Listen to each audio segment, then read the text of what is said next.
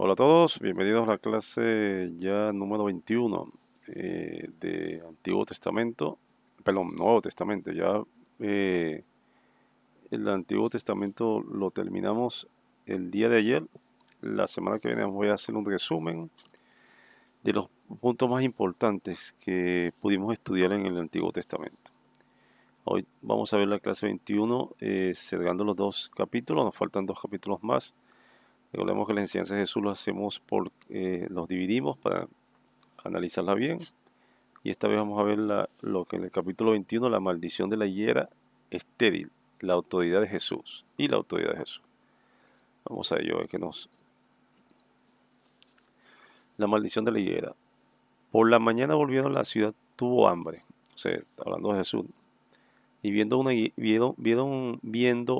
cerca del camino, vino a ella y no halló nada en ella, sino hojas solamente. Y le dijo, nunca jamás nazca de ti fruto.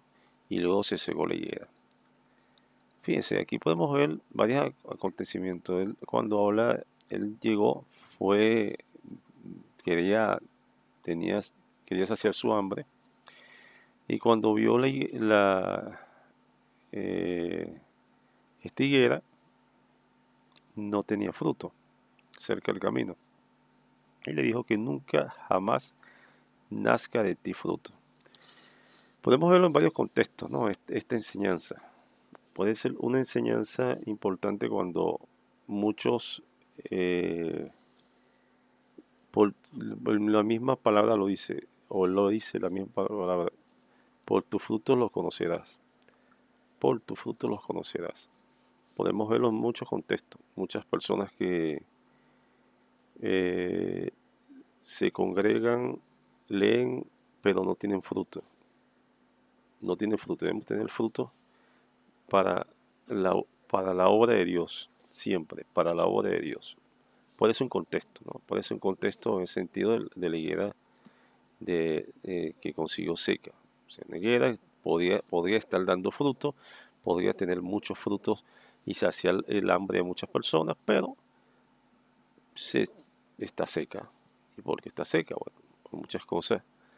Quizás no estaba, y voy al árbol, no estaba en su época o que simplemente no dio frutos. Entonces, bueno, hay que verlo en varios contextos, ¿no? No solamente en que la higuera como tal no dio fruto y es el árbol, no, también lo podemos ver en el contexto de muchas personas que siendo ya bautizados, siendo cristianos, no van y llevan fruto, no dan fruto, simplemente quedan pasivos, sean mansos dentro de su casa y simplemente no quieren ir más allá, no enfrentan su responsabilidad como cristianos.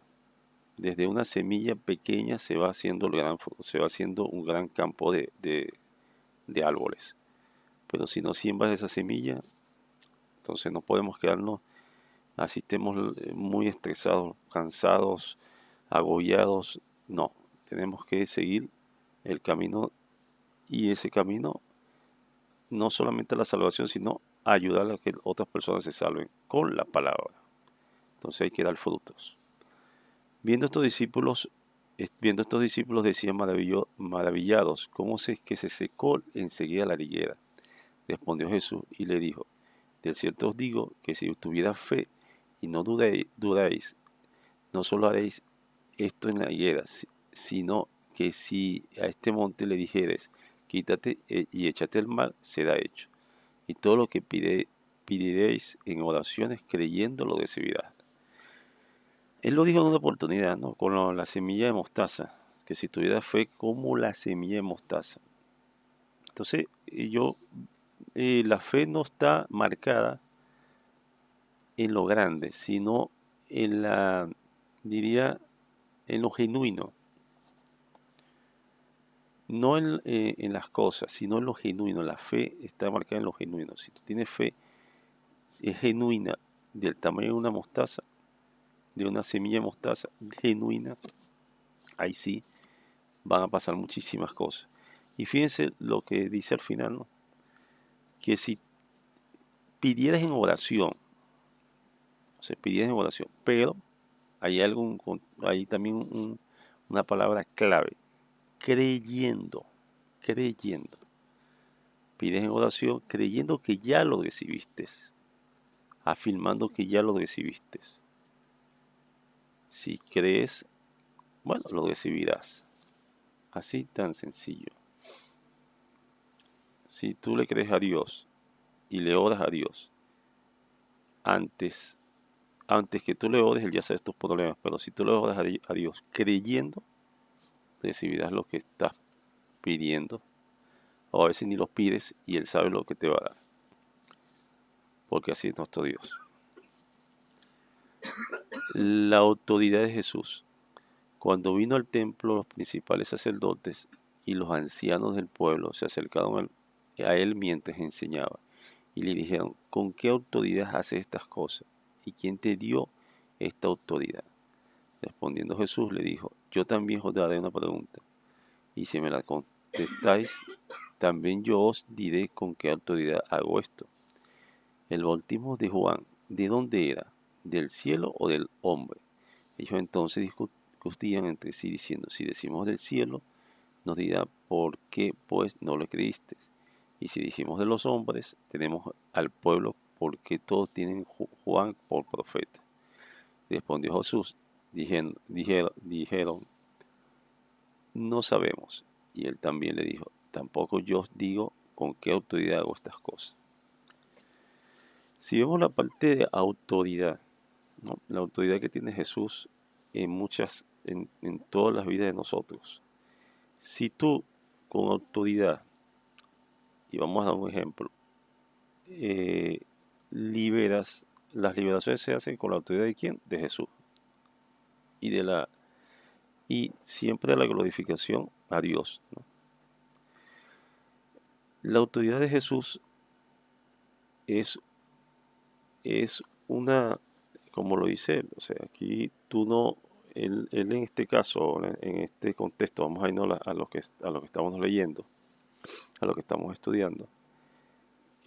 Estas personas le hacen una especie de trampa a nivel de ver si él tenía o le decía con qué autoridad. Obviamente cuando ya ellos le preguntan eso es que no tienen eh, ningún tipo de fe en él, ¿no? Y obviamente él le contesta de esta manera, ¿no?